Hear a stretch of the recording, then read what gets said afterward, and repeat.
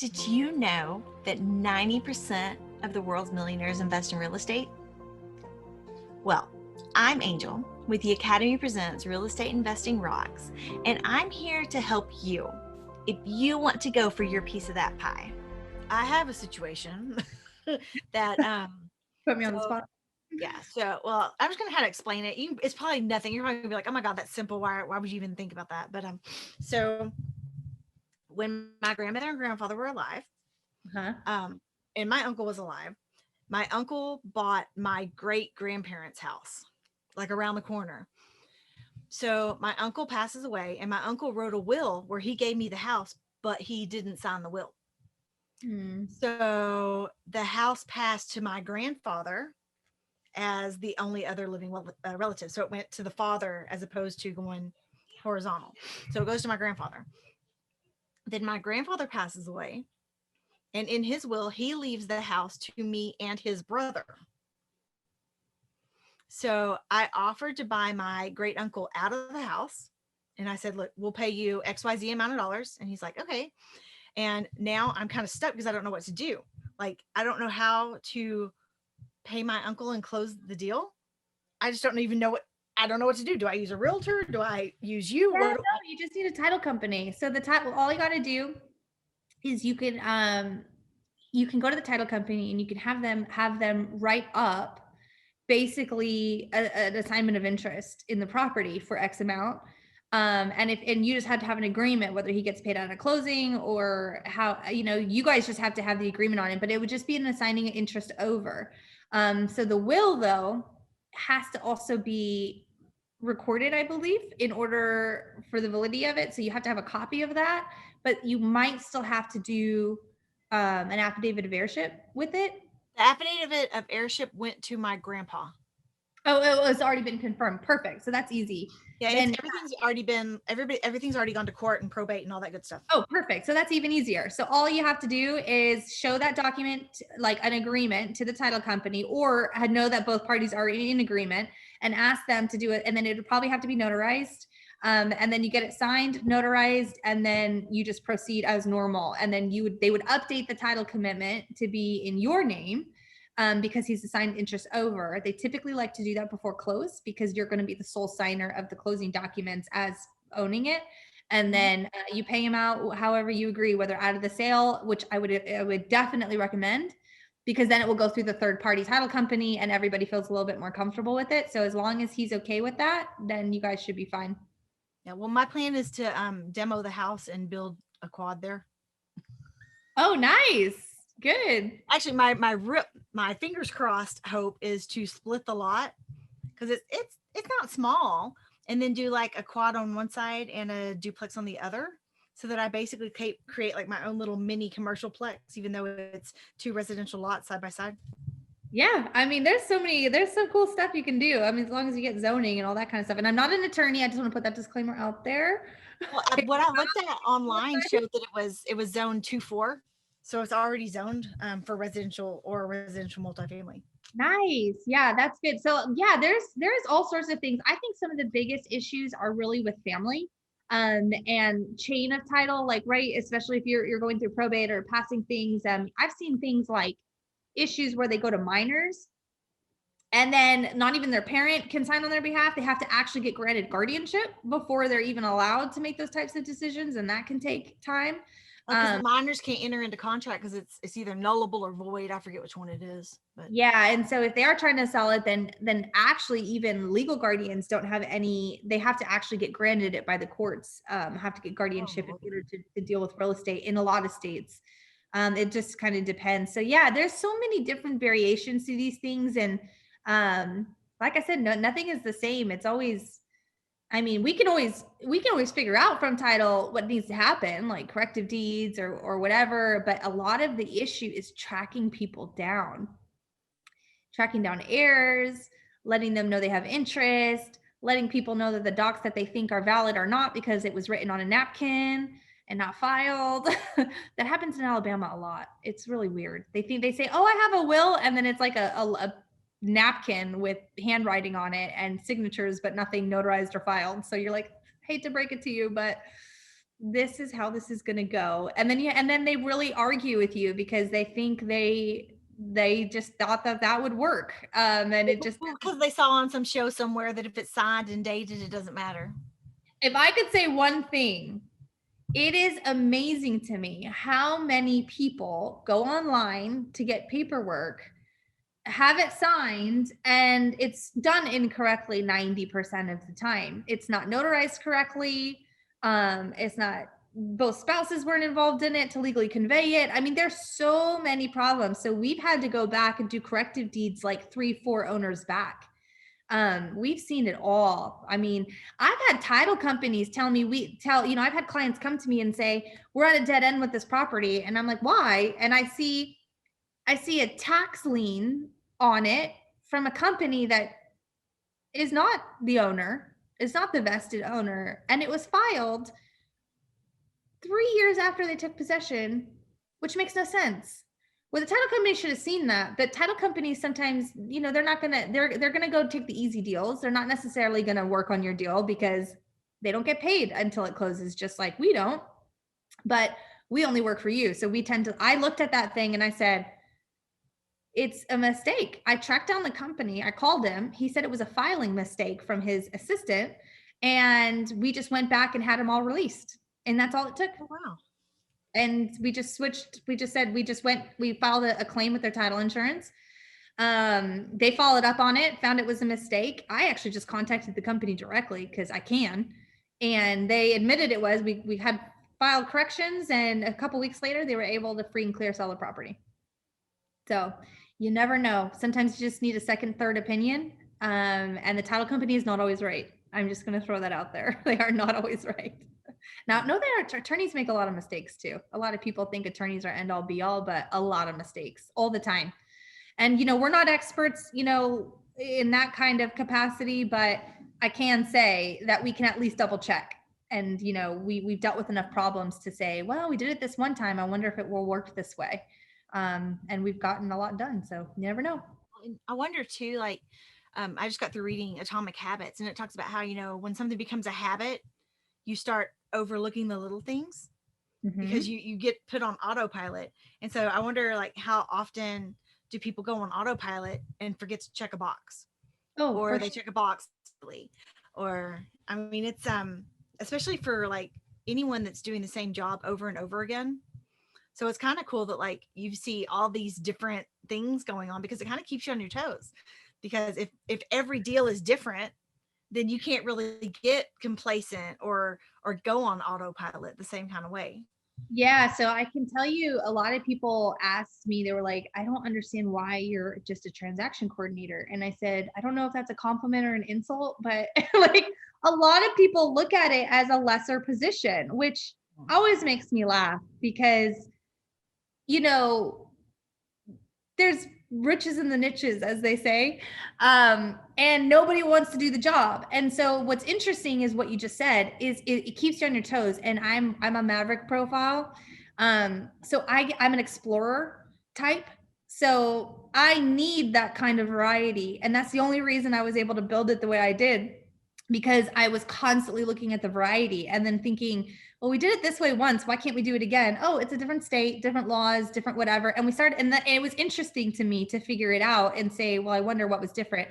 It takes a really special type of person to love the chaos and the frustration. But I think that people thrive in this position when you put a problem solver type mentality in it, rather than your person that's super OCD checking boxes. Now, I do have OCD people on my team to check people like me. And my other transaction coordinators, but I think that's the perfect combination. So rather than hire somebody who's like, I need you to follow directions, abide by the checklist. As investors, we can't abide by the checklist. It's going to be something different every time. So my biggest advice out there to you is, if you are going to invest in your business, understand this role. Either you know it well or you don't know it well, and hire a driver or somebody who really, really understands what it takes to solve the problem. And then let your team do what they do well, which is go get things under contract or grow your buyers list or build relational things. But I do think it takes a very type of person. And what's interesting is how many people think they can do the transaction coordinator role on top of everything else.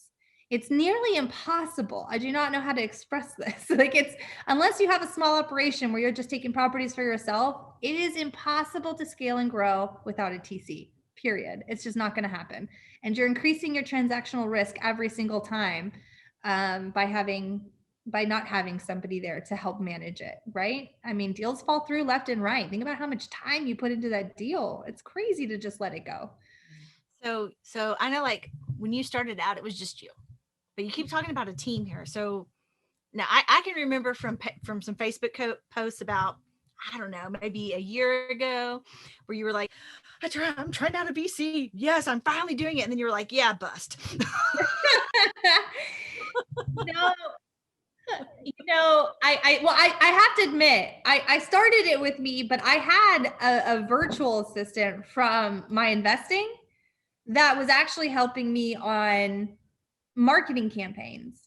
And she is OCD. Like, I'm talking crazy OCD, which is perfect for me because I am not OCD at all. I am okay with getting by.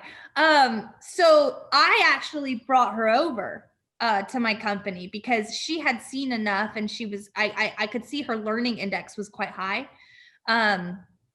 And she sat right beside me, and she literally just did it with me all day, every day. She, to this day, knows every single contract, client. She trains most of my team in the detailed work. I don't even handle it. She's 100% in charge of anybody who has to deal with contracts. So I do admit I had someone from the beginning, but she doesn't make phone calls, and she doesn't do any of that stuff.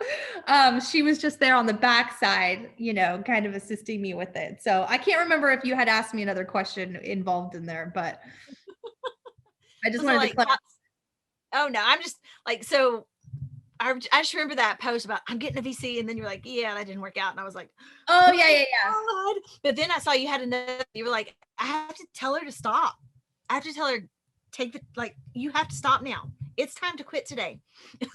Yes, I gave up on that. That girl works whenever she wants, how she wants. One thing I did tell my team is this. I said, I understand that the nature of this business is 7 days a week. I personally do not work on Saturdays. Like, unless I have a listing or I'm working as an agent, I'll pick up my phone. But I do not work on Saturday. I've been doing that for 2 years. It's like my one day. And so ironically, I said, but you guys can take the weekend off. I don't want you to burn out. But she would work like I worked. Like, she just could not stop because she had to have an end point. And I said, well, you're never going to have an end point in real estate ever. There is always going to be something to do. And she just, it's taking me a long time to get her to calm down a little bit. But you know what she told me when I would tell her to stop working? She said, you first, ma'am. That's what she told me. She said, you first. And I was like, huh. So ironically, she kind of made me start to realize that I was leading a team that was so devoted to what we were doing, because VAs, even think of how much turnover they have because investors can't keep their marketing flowing, or they can't keep them employed, or the market shifts and they can't pay them. We were a company that was growing at a time when people were firing, and she wanted to keep that position. And I was like, but I don't want you to burn out. So I'm to a point now where I tell my entire team, you can work as much as you want. I do not care. I will pay you. If you have work to do, you can clock in 100%. And I honestly can say my team is the reason we grew, because they worked just as hard as I did. They honestly put in probably more hours. Well, I wouldn't say more. That's not even possible because I'm a psychopath, but I would say that is a key. And we've gone through, it's taken us a really, really long time to find the right fit, because it is a lot. And you have to learn fast. Like, I think my assistant Hayes, she's been promoted now to my process manager, but her name is Hayes. And she said, she'll tell me, she goes, ma'am, this isn't going to cut it. They're too slow. And they're like, well, this is a lot to learn. She goes, well, I learned it, so you got to learn it. I was like, okay. A lot of people think VAs are like, you can't really build a business on VAs because you can't trust them. They're smart. Like, trust me, they are smart. Some of them are coming from nursing, from sales. Like, you'd be surprised. They are a little bit more you have to guide them a little bit more. So you do have to have your processes in place, I think, to have them excel. But truthfully, if you can learn how to delegate and help them and know who they are, I have all of even my virtual assistants get tested in predictive index. I do it all because I want to make sure I understand how they learn and think. And it's been really rewarding. And I honestly I have one fully in charge of the phones. I just trust her to get it done. And I have she is in charge of all my virtual assistants, and she holds my transaction coordinators accountable as well to quality standards. Like, that's her job. Wow. So yeah, she's a boss. I tell her she runs this company. She just tells me what to do at the end of the day. That's awesome though. I mean, just to think that because when I think about the Academy Presents and I think about what we've done with our educational platform, it 100% our idea, and it didn't exist until we made it exist. Isn't that the coolest? And then you're the one and then finding the people that see your vision and that will help you grow it. It's the most rewarding thing I can even express as an entrepreneur. And that's a hard mindset shift, to allow your team to grow it, to allow people to trust with your mind and where you want to go. But what we have to learn as business owners is I'm my own worst enemy. I had my mentors in my networking group I call it my come into Jesus meeting last quarter in Chicago. It was at the beginning of Q4, and they all gave me a talking to. They're like, you're your own worst enemy. You're going to die inside. Hire, and delegate. And it was so hard. And I'm like, here I am creating a company, telling everyone else to hire and delegate it out to me. And I'm not even doing it in my own team, it's a hard thing to do. So I get it. It's hard to let go of that control, especially of your transactions, but it's rewarding, I promise. Yeah, well, I think we are our own worst enemies. One of the other books that I'm kind of looking at is it's Positive Intelligence. Have you ever heard of it? Okay, so go look at it's like Positive Intelligence /assessment, I think. And what it does is you test for your top 10 saboteurs. Ooh. Okay. Yeah. So everybody has the judge. That's where you see something doing something and you immediately judge them. Oh, why are they doing that? Ew. Everybody has that. So everybody has the judge. And then there are nine or 10 others. I forget. I'd have to look. But mine are the hyperachiever. So I want to be doing everything. And then the controller. And my version of the controller is a little bit different than other people's. I don't want to control other people. I want to control the pieces of my puzzle. So I create my day and I put all my puzzle pieces together. And if those puzzle pieces start not fitting correctly, I lose it. My puzzle has to fit together. You know what you are on predictive index? Have you ever taken it? I have, and I don't remember off the bat. I'd love to know. I know some people like you though. Yeah, so my puzzle pieces have to fit together. And then the other one is it's the restless. So sometimes I have to be busy just for the sake of being busy, not necessarily being productive, just being busy. Mm-hmm. And so those kinds of things can really backfire on me. And when I sat there and looked at my saboteurs, I was like, I blame so much of this on ADHD. And what if it isn't just ADHD? What if it's the things that I have conditioned myself to in my mind? I love this. What's it called? Positive assessment? It's Positive Intelligence is the book. Let me see if I think I have it right here. This is super insightful. And I think I do have it. It's this one. Oh, I'm excited. I'm definitely going to take a look at that. I've done a couple of different things like this for myself. This has been this year. I knew I had to shift my mindset. There's different stages of mindset development that we often talk about. And I feel like most of the things you hear in interviews and whatnot are very focused on hustle and motivation versus really looking at yourself and saying, for example, I had to overcome a lot to pursue this company. Do you know how many people told me this was a stupid idea? So many. All the people that aren't doing what you're doing, and you shouldn't be taking advice from them. but it was from investors too that were like, no, that isn't going to work. And I said, well, I disagree with you, but let's see what happens. And then But I had far more people that were like, this is the most brilliant little niche. I haven't even thought about it, et cetera. There's nothing like it, et cetera, et cetera. So I kind of went with them. But so that was like one mindset shift, right? Then the second mindset was just, I had several people come up to me and offer to partner with me and give away ownership. And I was so overwhelmed that I was super weak and I was considering it.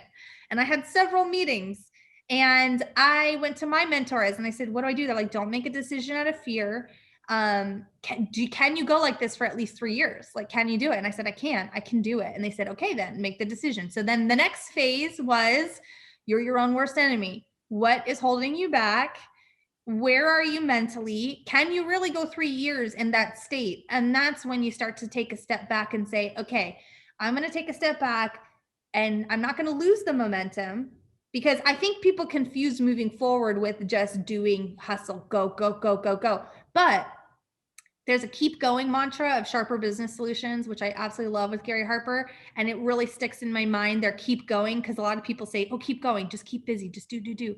No, keep going also means in order to keep going, you have to take a step back to reevaluate, what are my strengths, weaknesses, what do I not know about myself, what can I do to change the situation or make one small shift.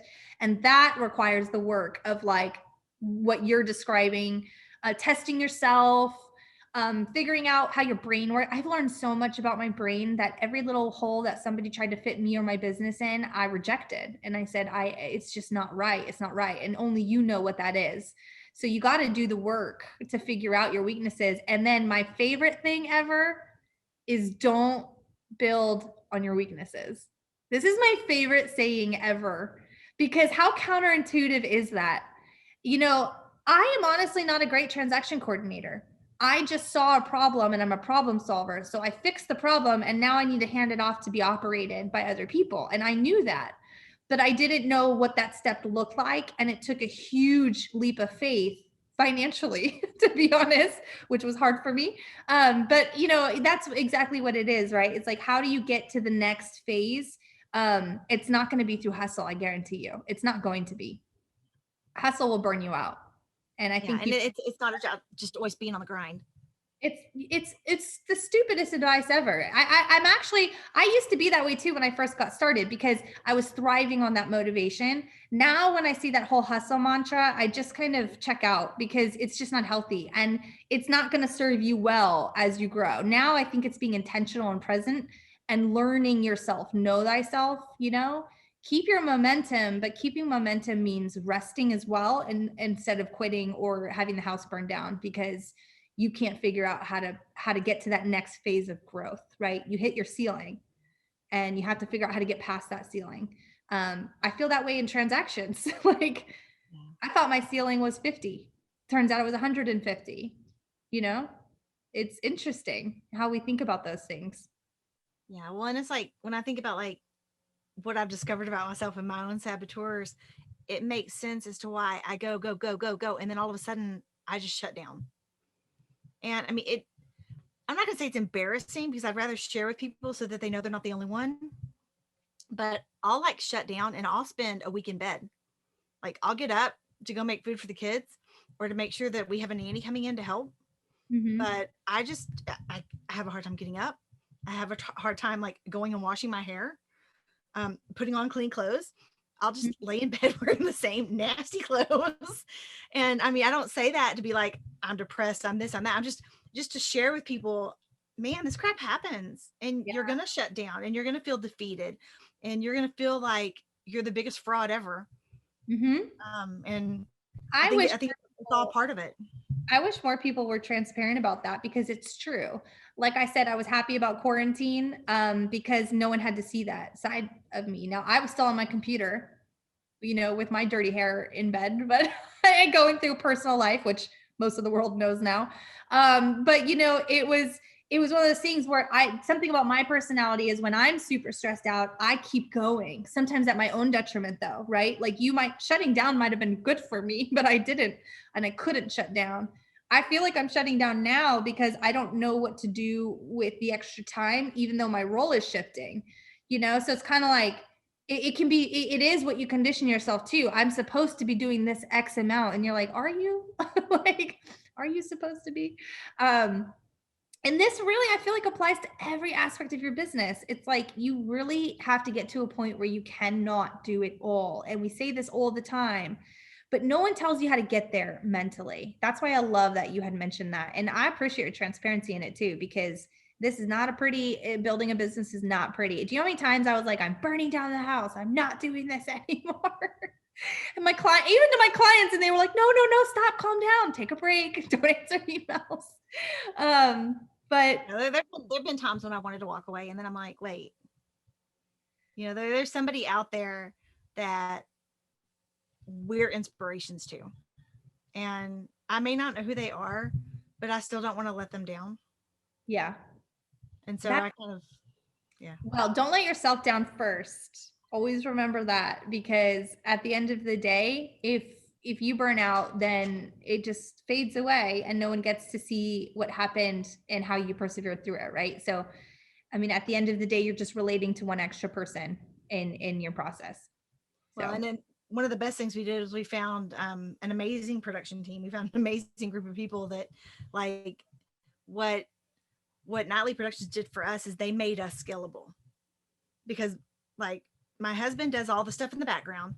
Mm-hmm. And I do all the stuff on Zoom, and I'm the face. And if I wasn't doing it, it wasn't happening.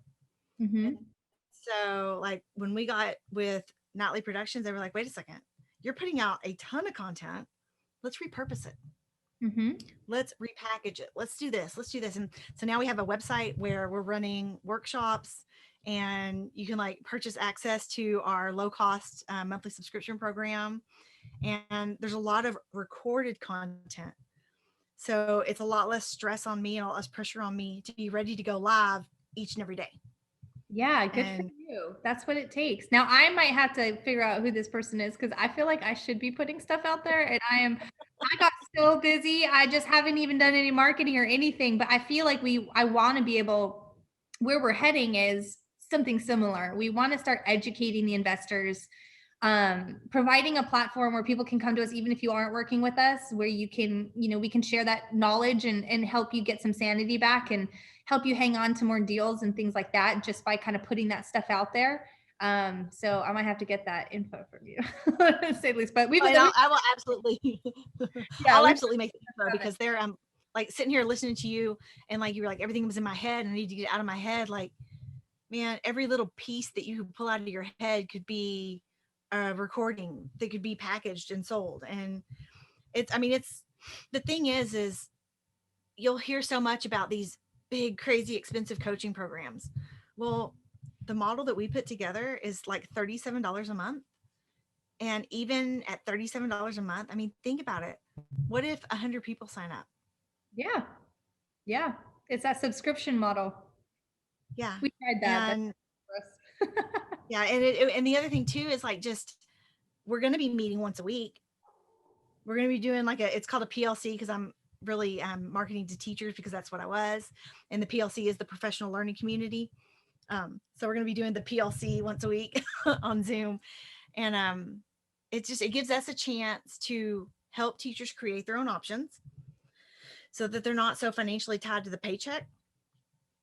And so it gives them a little bit of breathing room, and just helps them be able to teach from their soul, to teach from their heart, because if somebody tries to come on them, they can just be like, I love teaching, but if I got to quit this job, I got a little bit of buffer. Yeah. Just helping create those options so that they can actually self-advocate, because that was something I really wasn't able to do. Not because I needed the job, but because I loved my students. And so I didn't want to walk away from the job. I ultimately had to, because of the toxic work environment, but it was hard. And so I don't want other teachers to have to feel that way. And so I want to help them. I ultimately want to also add in first responders, because I wouldn't be here if it weren't for first responders. So they've saved my life a couple of times. So that's where we're kind of going with that. And I'm glad we found somebody that could help us do it. Yeah, I love the mission. I think what you're doing is amazing. I'm so grateful to be connected with you in our network, and to be part of what you're building. So, I mean, I really appreciate you having me on here just to kind of get it out there, give people an alternative perspective on a little piece of their investing business. So, yeah, if anyone wants to reach out, feel free to, you can find me on Facebook or you can, go to my website and contact us that way, atlastcservices.com. And that's all I have on my side. I don't know if there's anything else. Or you can join us at the summit because she's going to be speaking at the summit. What are the dates for that? It's going to be at the end of March, and we haven't really solid it up on the dates because we're still trying to figure out whether we should do like a Thursday, Friday, Saturday, or a Friday, Saturday, Sunday, or. Okay, awesome. Well, We'll I look forward to it. The last one was fantastic. The last one was so great. There was such great content, especially at a time when COVID hit and people needed it. So I highly recommend, if you're watching this, to look out for those dates because it's going to be awesome. Casey, thank you for being with us today. And for those of you watching, thank you for watching. And I hope that, we were able to bring a little bit more knowledge to you, give you another tool to put in your tool belt, and hopefully give you someone that can help you if you find yourself up against a brick wall and unable to make things move the way they need to move so that you can close on it. I'll see you guys next time, and just have a great day. Have a great weekend.